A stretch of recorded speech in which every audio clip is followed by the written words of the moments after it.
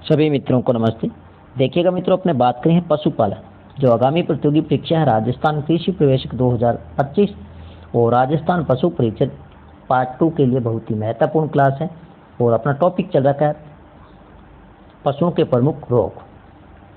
आज हम बात करेंगे पशुओं के प्रमुख अन्य रोग। तो मित्रों, अगर आपको क्लास अच्छी लगे तो वीडियो को अधिक से अधिक शेयर करें, लाइक करें, कमेंट करें और यूट्यूब चैनल को सब्सक्राइब करें। सबसे पहले हम बात करें तो यह प्रश्न सीधा सीधा पूछा जाता है कि निम्न में से कौन सा रोग है जो प्रोटोजोआ जनित है। तो आपको ध्यान रखना है, ये जो चिचड़ी जवर रोग है, चिचड़ी जवर रोग है, ये क्या है? प्रोटोजोआ जनित रोग है। इसके अन्य नाम भी इंपॉर्टेंट है। प्रश्न पूछा जाता है कि किस रोग को रक्त मूत्र के नाम से जाना जाता है, या फिर पायरो प्लाज्मोसिस के नाम से, बेबीसियासिस के नाम से, टेक्सोस फीवर के नाम से और रेड वाटर रोग के नाम से भी जाना जाता है। तो वो कौन सा है? चिचड़ी जवर रोग है। ये इंपॉर्टेंट। इसका रोग कारक पूछा जाता है तो ये भी आपको अच्छे से ध्यान रखना है। रोग कारक क्या रहेगा? बेबीसिया स्पीसीज। और भारत में आपको ध्यान रखना है, ये भारत वाला वेरी वेरी इंपॉर्टेंट है। भारत में है बेबीसिया बाइजेमिना प्रजाति। और एनसीईआरटी बुक की दृष्टि से अगर हम बात करें तो वो क्या रहेगा? बोओफिलस माइक्रोप्लस, बोओफिलस माइक्रोप्लस। चिचड़ी जवर रोग है, यह सभी पशुओं में होता है। लक्षण की अगर हम बात करें तो इसमें क्या होगा? तेज बुखार होता है। 106 डिग्री से लेकर 160 डिग्री फ़ारेनहाइट तापमान पर तेज बुखार होता है। अब चिचड़ी जवर रोग है तो आपको ध्यान रखना है, इसमें क्या हो जाएगा? पशु का जो वजन है वो कम हो जाएगा, पशु को भूख कम लगेगी, खून की कमी हो जाएगी, दूध कम होगा और पशुओं का तापमान गिरकर 90% पशुओं की क्या हो जाती है? मृत्यु हो जाती है। सीधी सी बात है, अगर चिचड़ी जवर जैसे अपने कहते हैं चिंचड़ या अपने कहते हैं पशुओं के जूं, तो वो लगेगी पशु के, तो आपको ध्यान रखना है, उससे क्या हो जाएगा? पशु है वो खाना पीना छोड़ देगा तो वजन कम हो जाएगा, खून की कमी हो जाएगी तो दूध उत्पादन भी क्या होगा? कम होगा। यह आपको अच्छे से ध्यान रखना। रोकथाम की अगर हम बात करें तो वो क्या रहेगा? ट्रीपेन बल्यू के 1% घोल का क्या करेंगे? अंतःशिरा वैक्सीन लगाएंगे। या फिर रोगी पशु है, पशु के शरीर पर क्या करेंगे? पेस्टाबोन लगाकर, या फिर पशुशाला में ब्यूटॉक्स का छिड़काव करके इससे बचाव किया जा सकता है। तो यह था मित्रों छोटा सा अपना रोग, कौन सा?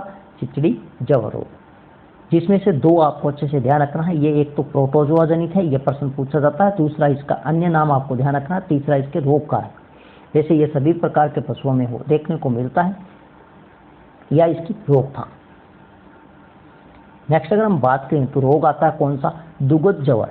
ये भी इंपॉर्टेंट रोग है, दुगध जवर, जिसे कहते हैं मिल्क फीवर। मिल्क फीवर, ये सीधा सा प्रश्न पूछा जाता है कि दुगध जवर रोग है, मिल्क फीवर रोग यह है, तो आपको ध्यान रखना है चयापचयी, या फिर इसे कहते हैं मेटाबॉलिक रोग। इसके अन्य नाम भी आपको अच्छे से ध्यान रखना, हाइपोकैल्सीमिया, प्रसवकालीन जवर, यह आपको अच्छे से ध्यान रखना है। प्रसवकालीन जवर और प्रसवकालीन रक्त मूर्छा और प्रसवकालीन पक्षाघात। तो दुगध जवर रोग है, मिल्क फीवर है, इसके अन्य नाम है हाइपोकैल्सीमिया, प्रसवकालीन जवर, प्रसवकालीन रक्त मूर्छा और प्रसवकालीन पक्षाघात। ये क्या है? चयापचयी रोग है, जिसे कहते हैं मेटाबॉलिक रोग। रोग कारक है, यह प्रश्न पूछा जाता है कि दुधारू पशुओं में कैल्शियम की कमी से कौन सा रोग होता है? तो आपको ध्यान रखना है कौन सा होगा? दुग्ध जवर। यह रोग होता किसमें है? तो अधिक दूध देने वाले पशुओं में, और अधिक दूध देती है गाय और भैंस, इनमें सबसे अधिक यह देखने को मिलता है। अब ध्यान रखना, पशु ब्याने के बाद अधिक मात्रा में कैल्शियम खीस के साथ बाहर आती है, जिससे यह रोग होने की पूरी संभावना होती है। लक्षण की अगर हम बात करें तो इसमें बुखार नहीं आता, यह वेरी वेरी इंपॉर्टेंट है। इसमें क्या हो जाता है? बुखार नहीं होता है। बाकी सभी रोगों में क्या होता है? पशु को तेज बुखार होता है और तापमान है वो क्या हो जाता है? अधिक हो जाता है। लेकिन इसमें बुखार नहीं होता है तो शरीर का तापमान क्या होगा? कम होगा। और कम कितना होगा? 97 से लेकर 98 डिग्री फ़ारेनहाइट तापमान होगा। यह आपको अच्छे से ध्यान रखना। अब तापमान कम होगा तो आपको ध्यान रखना है, पशु जो रोगी है उसके सींग, कान, पैर वो क्या हो जाएंगे? ठंडे हो जाएंगे। और अधिक पसीना आना और पशु बेचैन रहना। यह आपको अच्छे से ध्यान रखना है। एक और जो रोगी पशु है इसमें क्या करता है, गर्दन को पीछे की ओर बाईं तरफ कर बैठना, वह लकवे का शिकार हो जाता है। मतलब कैल्शियम की कमी है तो पशु के पूरा का पूरा शरीर है, उसका ढांचा है वो क्या हो जाता है, बेकार हो जाता है। इसलिए उसको किसका शिकार हो जाएगा, लकवे का शिकार हो जाएगा। रोकथाम की अगर हम बात करें तो कैल्सीफिरोल की गोलियां, यह प्रश्न पूछा जाता है रोकथाम। इसके साथ में आपको जो फास्फोरस युक्त राशन खिलाना चाहिए। कैल्शियम बोरो ग्लूकोनेट 500 ml का अंतःशिरा वैक्सीन भी दिया जा सकता है। नेक्स्ट आज की क्लास का अंतिम अपने रोग है वो कौन सा है, आपरा रोग है। ये भी प्रश्न सीधा सीधा पूछा जाता है। आपरा रोग है, इसके अन्य नाम पूछा जाता है, इसे कहते हैं टिपेनटाइस। और यह भी क्या है, एक चयापचयी और मेटाबॉलिक रोग है। अन्य नाम आपको ध्यान रखना, इसे क्या कहते हैं, टिम्पेनी और ब्लॉट के नाम से भी जाना जाता है। लेकिन यह प्रश्न पूछा जाता है आपरा, इसका दूसरा नाम टिपेनटाइस। रोग कारक अधिक गीला चारा खाने से, और इसमें क्या होता है, जो रोगी पशु है उसके रूमेन में गैस भर जाने से पेट फूल जाता है।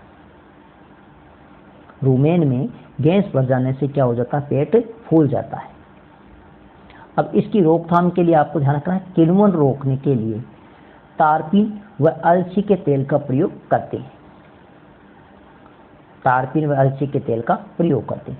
लेकिन आज तक एग्रीकल्चर सुपरवाइजर यह प्रश्न पूछा गया है, बहुत बार पूछा गया, यह भी आपको देखने को मिलेगा।